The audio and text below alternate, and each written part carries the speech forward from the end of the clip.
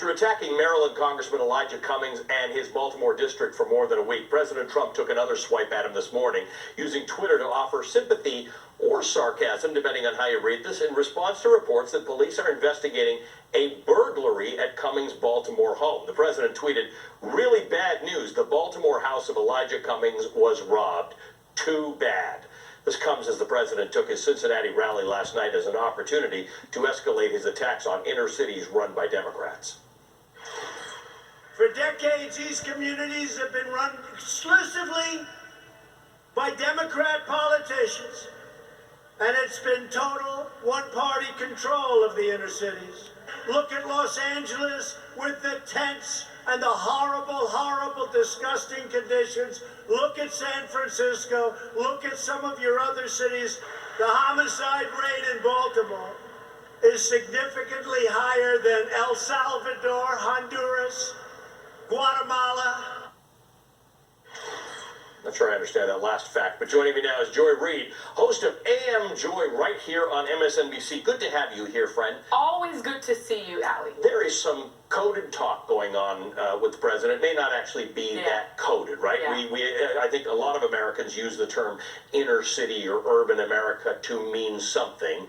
The president is very clearly meaning something when he talks about this. Right. I mean, I think Donald Trump still thinks of himself as sort of being in, big city New York, where you can just put down the mayors you don't like. Look, it's obvious racism. Donald Trump believes in his head that anywhere that black people are in charge is an S-hole place, right? That black people can't run countries, can't run cities. The irony of it is Donald Trump is not president of the United States. He's the president of people who voted for him. He's the president of Red America. In his mind, that's the only people he actually cares about. So he wants to talk about Elijah Cummings' district. Fine.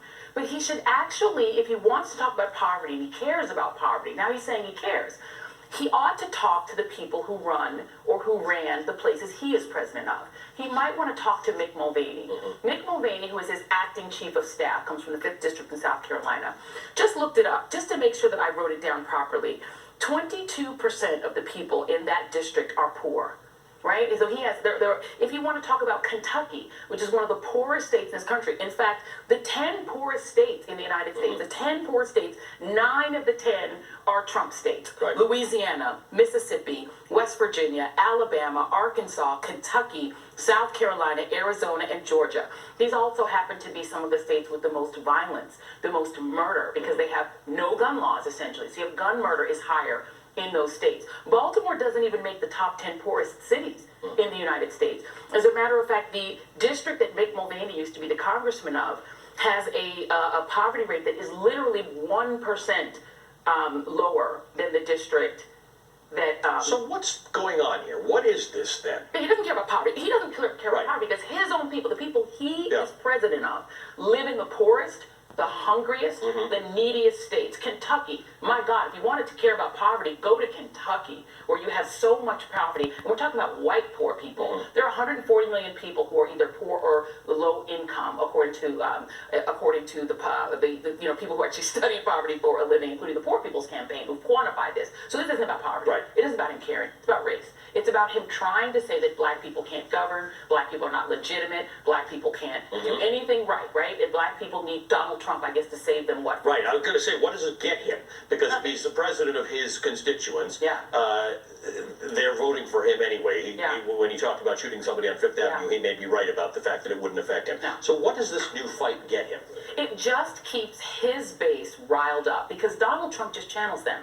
They don't live in the inner city. So to them, cities are corrupt. Cities are full of black and brown people who are corrupt and criminal. And Donald Trump just reminds them of that every day so they stay on board. Donald Trump is Fox News, whose job, according to Gabe Sherman and other people who study Fox News, their job is 100% to keep white Americans riled up, to keep them angry, to keep them pissed off and freaked out about brown and black people. And Donald Trump has the same job. It's the only way that he even has a chance of being reelected. Joy, good to see you as always. Thank you for joining me. Joy Reid is the host of AM Joy, must-see TV, weekends at 10 a.m. Eastern, right here on MSNBC. Thank you, friend.